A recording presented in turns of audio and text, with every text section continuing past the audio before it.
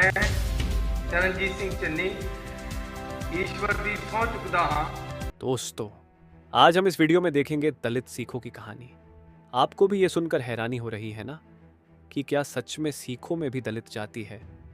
आज हम देखने वाले हैं पंजाब के दलित सिख कौन है। वीडियो शुरू करने से पहले दोस्तों, अगर आप बाबा साहेब को मानते हो और अभी तक आपने हमारे बाबा साहेब अंबेडकर साहेब यूट्यूब चैनल को सब्सक्राइब नहीं किया है तो सब्सक्राइब कर लें। वीडियो को अंत तक ज़रूर देखें क्योंकि आज की ये जानकारी खास होने वाली है।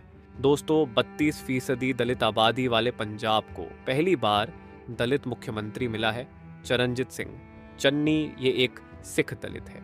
सिख लोगों में भी दलित समुदाय है। ये बात कई लोगों के लिए नई है। जिस पंजाब में जहां हमेशा जाट सिखों का दबदबा रहा है, वहां दलित सिखों की क्या स्थिति है, उन पर बाबा साहेब अंबेडकर का कितना प्रभाव है, दलितों और अन्य लोगों के बीच हिंसक झड़पें क्यों होती हैं, यही आज हम इस वीडियो के माध्यम से सबको बताने की कोशिश कर रहे हैं। जब से पंजाब को दलित मुख्यमंत्री मिला है, तब से वहां दलितों की चर्चा नए सिरे से होने लगी है। पिछले कुछ सालों से कई राजनीतिक दल दलितों को राजनीतिक प्रतिनिधित्व देने की बात कर रहे हैं। हम बात करेंगे दलितों के राजनीतिक अस्तित्व के बारे में, लेकिन उससे पहले अगले कुछ मिनटों में मैं आपको 2003 के दंगों और 2009 में एक दलित डेरा प्रमुख की हत्या के बारे में भी बताऊंगा।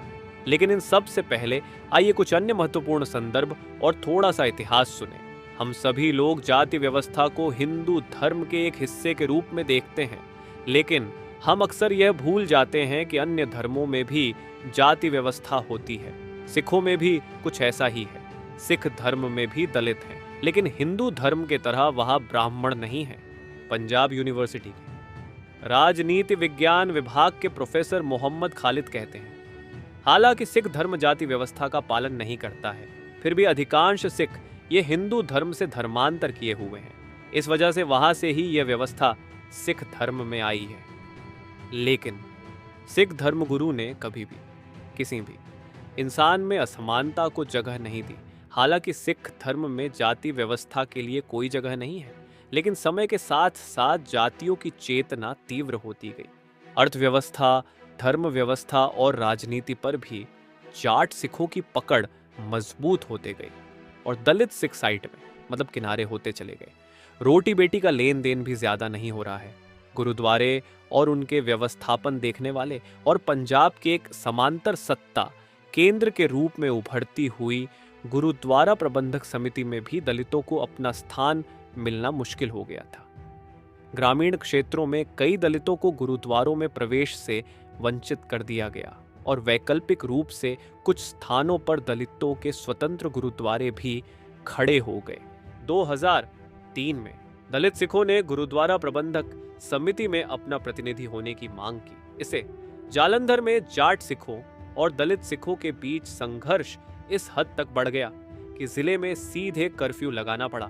सिखों में अधर्मिया, रविदासिया, रामदासी, मजहबी, वाल्मीकि जैसी कई जातियां हैं, लेकिन उनमें आंतरिक मतभेद, प्रतिद्वंद्विता और घनिष्ठ राजनीति भी है। मैं बात कर रहा हूं 2009 में ऑस्ट्रिया की राजधानी वियना में रविदासिया समुदाय का एक डेरा सचखंड नाम का गुरुद्वारा था।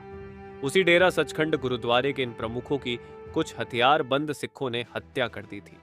आरोप लगाया गया कि जिन्होंने हत्या की वह ऊंची जाति के सिख थे। इसके बाद पंजाब और खासकर जालंधर के आसपास भारी प्रमाण में हिंसा हुई।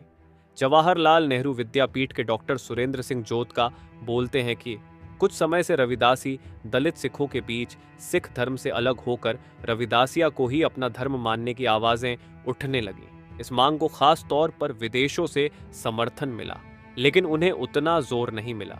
संत रविदास की लिखित शिक्षाएं गुरु ग्रंथ साहिब में समाहित हैं, इसलिए उनके लिए सिख धर्म से दूर जाना मुश्किल होने वाला था। देश के दलित आंदोलन पर डॉक्टर बाबा साहेब अंबेडकर जी के विचारों का बहुत प्रभाव रहा है। बाबा साहेब जी के साथ हजारों दलितों ने हिंदू धर्म छोड़कर बौद्ध धर्म की दीक्षा भी ली थी।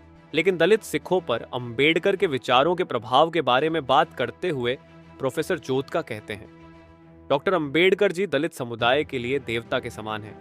जब मैं अपने शोध के लिए ग्रामीण पंजाब में यात्रा कर रहा था, तो मुझे रविदास समुदाय के गुरुद्वारों में गुरु ग्रंथ साहिब, रविदास जी का चित्र और डॉक्टर अंबेडकर जी की तस्वीर दिखाई देती थी। ऐसा दृश्य निश्चित ही देखने मिलता था। लेकिन जैसे डॉक्टर अंबेडकर ने बौद्ध धर्म का स्वीकार किया था, वैसा यहाँ नहीं हुआ, क्योंकि यहाँ सिख धर्म का बहुत बड़ा प्रभाव है। लोग डॉक्टर अंबेडकर का सम्मान करते हैं, लेकिन किसी अन्य धर्म की दीक्षा लेने का विचार यहाँ नहीं पनपा। क्या आप जानते हैं कि बहुजन समाज पार्टी, जो मुख्य रूप से उत्तर प्रदेश में काम करती है, उसके संस्थापक काशीराम का जन्म स्वयं पंजाब में एक दलित सिख परिवार में हुआ था। वे वहां से चुनाव में जीतकर भी आए थे, लेकिन जिस पार्टी की उन्होंने स्थापना की, वह पार्टी अब तक पंजाब में कोई खास कामगिरी करके दिखाने में नाकामयाब रही है। इसका एक मुख्य कारण यह है कि पंजाब का दलित समुदाय राजनीतिक रूप से एकजुट नहीं है। बीबीसी पंजाबी के संपादक अतुल संगर कहते हैं, पंजाब में दलित राजनीति बटी हुई है। दलित वोटों के दम पर पंजाब में इतनी सीटें जीतना संभव नहीं है। दलित समुदाय मुख्य रूप से कांग्रेस के साथ चला गया है। पिछले कुछ सालों में उन्होंने अकाली दल का भी समर्थन किया है। बसपा उनके साथ है। वहीं अरविंद केजरीवाल की आम आदमी पार्टी भी पिछले कुछ सालों से रविदास समुदाय को अपने करीब लाने की कोशिश कर रही है। अकाली दल के साथ गठबंधन में बहुजन समाज पार्टी पंजाब में वोटों और सीटों के मामले में नाम मात्र की है। पंजाब में राजनीतिक घटनाक्रम आने वाले समय में और भी रंगीन होने वाला है। दोस्तों, आज की यह जानकारी आपको कैसी लगी, हमें कमेंट करके जरूर बताइए।